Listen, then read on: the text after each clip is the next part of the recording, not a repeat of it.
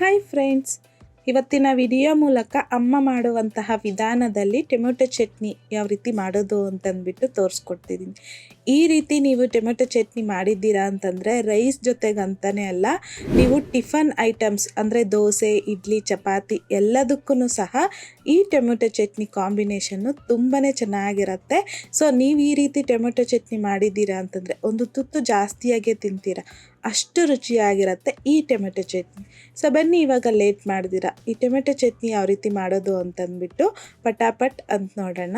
ಕಡಾಯಿಗೆ ಒಂದು 1/4 tea spoon ಆಗುವಷ್ಟು ಮೆಂತ್ಯ, 1 ಟೀ ಸ್ಪೂನ್ ಜೀರಿಗೆ, 2 ಟೀ ಸ್ಪೂನ್ ಆಗುವಷ್ಟು ಧನಿಯಾ ಕಾಳನ್ನು ಹಾಕ್ಕೊಂಡು ಮಿಕ್ಸ್ ಮಾಡ್ಕೊತ ಜಸ್ಟ್ ಲೋ ಫ್ಲೇಮ್ನಲ್ಲಿ ಒಂದು 30 to 40 ಸೆಕೆಂಡ್ಸ್ ಇದನ್ನು ರೋಸ್ಟ್ ಮಾಡಿಕೊಂಡ್ರೆ ಸಾಕು.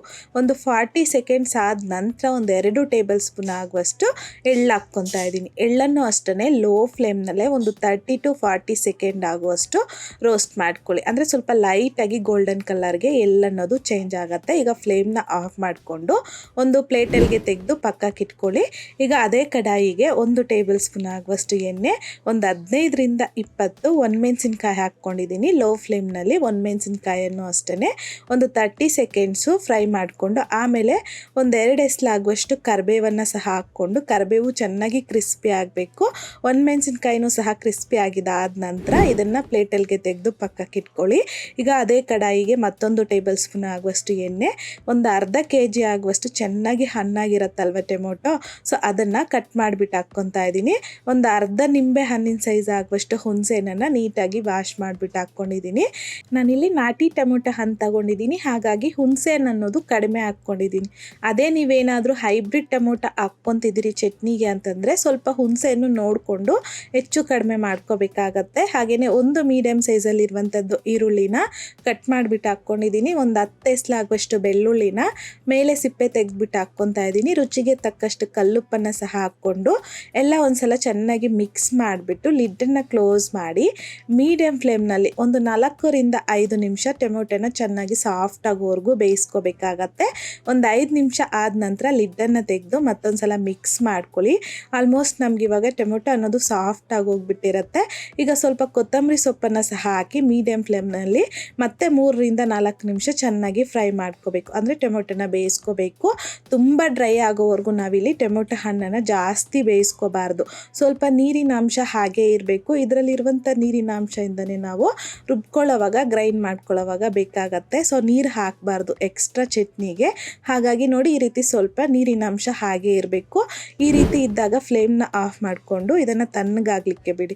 ಅಷ್ಟರಲ್ಲಿ ನಾನಿಲ್ಲಿ ಮಿಕ್ಸಿ ಜಾರಲ್ಲಿಗೆ ಸ್ಟಾರ್ಟಿಂಗಲ್ಲಿ ಧನಿಯಾ ಕಾಳು, ಎಳ್ಳು ಹಾಗೆಯೇ ಒಣಮೆಣಸಿನ್ಕಾಯಿನ ಫ್ರೈ ಮಾಡಿ ಇಟ್ಕೊಂಡಿದ್ದೀರಲ್ವ, ಸೊ ಅದನ್ನು ಹಾಕ್ಕೊಂಡು ಪುಡಿ ಮಾಡ್ಕೋಬೇಕಾಗತ್ತೆ. ಮಧ್ಯದಲ್ಲಿ ಮಿಕ್ಸ್ ಮಾಡ್ಕೊತ ಈ ರೀತಿ ಪುಡಿ ಮಾಡ್ಕೊಂಡಿದ್ದಾದ ನಂತರ ಈರುಳ್ಳಿ, ಟೊಮೊಟೊ ಎಲ್ಲನೂ ನಾವು ಬೇಯಿಸಿಟ್ಕೊಂಡಿದ್ದೀರಲ್ವ, ಸೊ ಅದನ್ನು ಪೂರ್ತಿಯಾಗಿ ತಣ್ಣಗಾಗಿದ್ದಾದ ನಂತರ ಈ ರೀತಿ ಮಿಕ್ಸಿ ಜಾರಲ್ಲಿಗೆ ತಗೊಂಡು ಇವಾಗ ಗ್ರೈಂಡ್ ಮಾಡ್ಕೋಬೇಕು. ತುಂಬ ನುಣ್ಣಗೂ ಸಹ ನಾವು ಇದನ್ನು ಗ್ರೈಂಡ್ ಮಾಡ್ಕೋಬಾರ್ದು. ಆನು ಆಫ್ ಮಾಡ್ಕೊತ ಮಿಕ್ಸ್ ಮಾಡ್ಕೊತ ಸ್ವಲ್ಪ ಈ ರೀತಿ ಅಲ್ಲಲ್ಲಿ ತರಿಯಾಗಿ ಕಾಣುತ್ತೆ, ಆ ರೀತಿಯಾಗಿ ನಾವಿಲ್ಲಿ ಈ ಚಟ್ನಿನ ಗ್ರೈಂಡ್ ಮಾಡ್ಕೋಬೇಕು. ಆವಾಗಲೇ ನಮಗೆ ಟೇಸ್ಟ್ ಅನ್ನೋದು ಚೆನ್ನಾಗಿರುತ್ತೆ. ಈ ರೀತಿ ಗ್ರೈಂಡ್ ಮಾಡ್ಕೊಂಡಿದ್ದಾದ ನಂತರ ಈಗ ಒಗ್ಗರಣೆ ಹಾಕ್ಕೋಬೇಕು. ಚಿಕ್ಕ ಪ್ಯಾನಲ್ಗೆ ಒಂದು 2-3 ಟೇಬಲ್ ಸ್ಪೂನ್ ಎಣ್ಣೆ, ಒಂದು ಅರ್ಧ ಟೀ ಸ್ಪೂನ್ ಸಾಸಿವೆ, ಅರ್ಧ ಟೀ ಸ್ಪೂನ್ ಜೀರಿಗೆ, 1 ಟೀ ಸ್ಪೂನ್ ಕಡಲೆಬೇಳೆ, 1 ಟೀ ಸ್ಪೂನ್ ಉದ್ದಿನ ಬೇಳೆನ ಸಹ ಹಾಕ್ಕೊಂಡು ಮಿಕ್ಸ್ ಮಾಡ್ಕೊತ ಲೋ ಫ್ಲೇಮ್ನಲ್ಲಿ ಜಸ್ಟ್ ಒಂದು 30 ಸೆಕೆಂಡ್ಸ್ ಮಾತ್ರ ಫ್ರೈ ಮಾಡ್ಕೊಳ್ಳಿ. ಕಡಲೆಬೇಳೆ ಸ್ವಲ್ಪ ಲೈಟಾಗಿ ಕಲರ್ ಚೇಂಜ್ ಆಗುತ್ತೆ.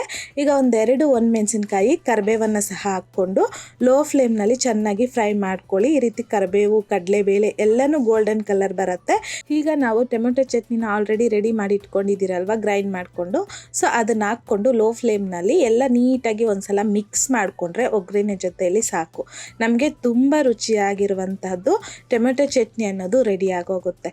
ತುಂಬಾ ಚೆನ್ನಾಗಿರುತ್ತೆ ಟೇಸ್ಟ್. ನೀವು ರೈಸ್, ಮುದ್ದೆ ಅಂತಲೇ ಅಲ್ಲ, ಟಿಫನ್ ಐಟಮ್ಸ್ ಯಾವುದಕ್ಕಾದರೂ ಸಹ ಈ ಟೊಮೆಟೊ ಚಟ್ನಿ ಕಾಂಬಿನೇಷನ್ನು ತುಂಬಾ ಚೆನ್ನಾಗಿರುತ್ತೆ. ನೀವು ಒಂದು ತುತ್ತು ಜಾಸ್ತಿಯಾಗೆ ತಿಂತೀರಾ ಈ ರೀತಿ ನೀವು ಟೊಮೆಟೊ ಚಟ್ನಿ ಮಾಡ್ಕೊಂಡಿದ್ದೀರಾ ಅಂತಂದರೆ. ಹಾಗಾಗಿ ತಪ್ಪದೆ ಈ ವಿಧಾನದಲ್ಲಿ ನೀವು ಸಹ ಟೊಮೆಟೊ ಚಟ್ನಿನ ಟ್ರೈ ಮಾಡಿದಾದ ನಂತರ ನಿಮಗೂ ಸಹ ಈ ಟೊಮೆಟೊ ಚಟ್ನಿ ಟೇಸ್ಟ್ ಯಾವ ರೀತಿ ಇತ್ತು ಅನ್ನೋದನ್ನು ಮರಿದೆ ನನಗೆ ಕಮೆಂಟ್ ಮೂಲಕ ತಿಳಿಸಿ, ಲೈಕ್ ಮಾಡಿ, ಹಾಗೆಯೇ ನಿಮ್ಮ ಫ್ರೆಂಡ್ಸ್ ಆ್ಯಂಡ್ ಫ್ಯಾಮಿಲಿ ಜೊತೆಗೆ ಶೇರ್ ಮಾಡಿ. ಮತ್ತಷ್ಟು ಈಸಿ ಆ್ಯಂಡ್ ಸಿಂಪಲ್ ಕ್ವಿಕ್ ರೆಸಿಪೀಸ್ಗೋಸ್ಕರ ದಯವಿಟ್ಟು ದಯವಿಟ್ಟು ನೀವಿನ್ನೂ ನಮ್ಮ ಮೆಗಾಶ್ರೀಸ್ ಕಿಚನ್ ಚಾನಲ್ನ ಸಬ್ಸ್ಕ್ರೈಬ್ ಮಾಡಿಲ್ಲ ಅಂತಂದರೆ ಸಬ್ಸ್ಕ್ರೈಬ್ ಮಾಡಿ,